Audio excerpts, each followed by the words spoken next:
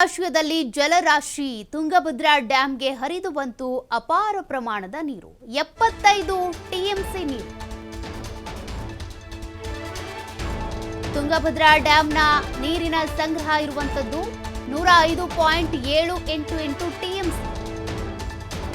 ಈ ಒಂದು ಜಲಾಶಯದ ನೀರಿನ ಮಟ್ಟ ಮತ್ತಷ್ಟು ಹೆಚ್ಚಾಗ್ತಾ ಇದೆ ತುಂಗಭದ್ರಾ ಡ್ಯಾಂನಲ್ಲಿ ಕಳೆದ ಬಾರಿ ಒಂದು ಅವಘಡ ಸಂಭವಿಸಿತ್ತು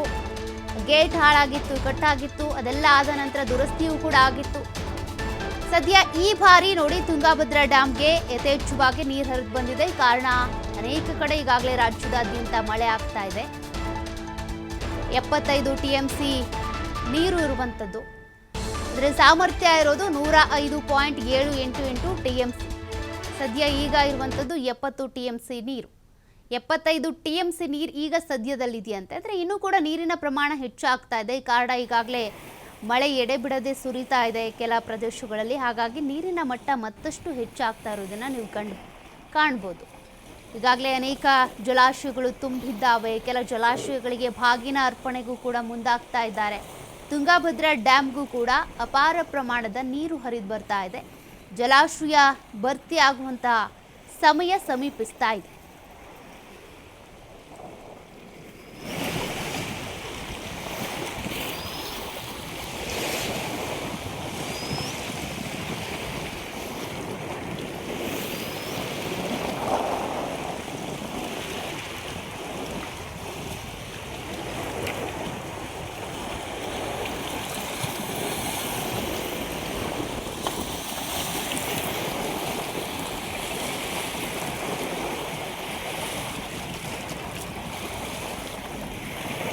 ಜಲಾಶಯಗಳು ಭರ್ತಿ ಆಗ್ತಾ ಇವೆ ಅದರಲ್ಲೂ ಕೂಡ KRS ಅಂತ ಬಂದಾಗ 40 ವರ್ಷಗಳ ನಂತರ ಜೂನ್ನಲ್ಲೇ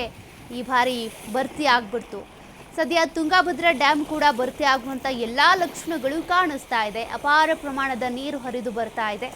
ರೈತರ ಆಮೋಘದಲ್ಲಿ ಸಂತಸ ಯಾಕೆಂದರೆ ಮುಂದಿನ ಬೇಸಿಗೆಯ ಸಂದರ್ಭದಲ್ಲಿ ಎಲ್ಲ ರೈತರಿಗೂ ಈ ಭಾಗದಲ್ಲಿ ಬರುವಂಥ ರೈತರಿಗೆ ಸಮಸ್ಯೆ ಆಗೋದಿಲ್ಲ ಅನ್ನುವಂಥ ಕಾರಣಕ್ಕೆ ಸದ್ಯ ಮಳೆ ಆಗ್ತಾ ಇರೋದ್ರಿಂದ ಜಲಾಶಯಗಳೆಲ್ಲವೂ ಕೂಡ ಭರ್ತಿ ಆಗ್ತಾ ಇದೆ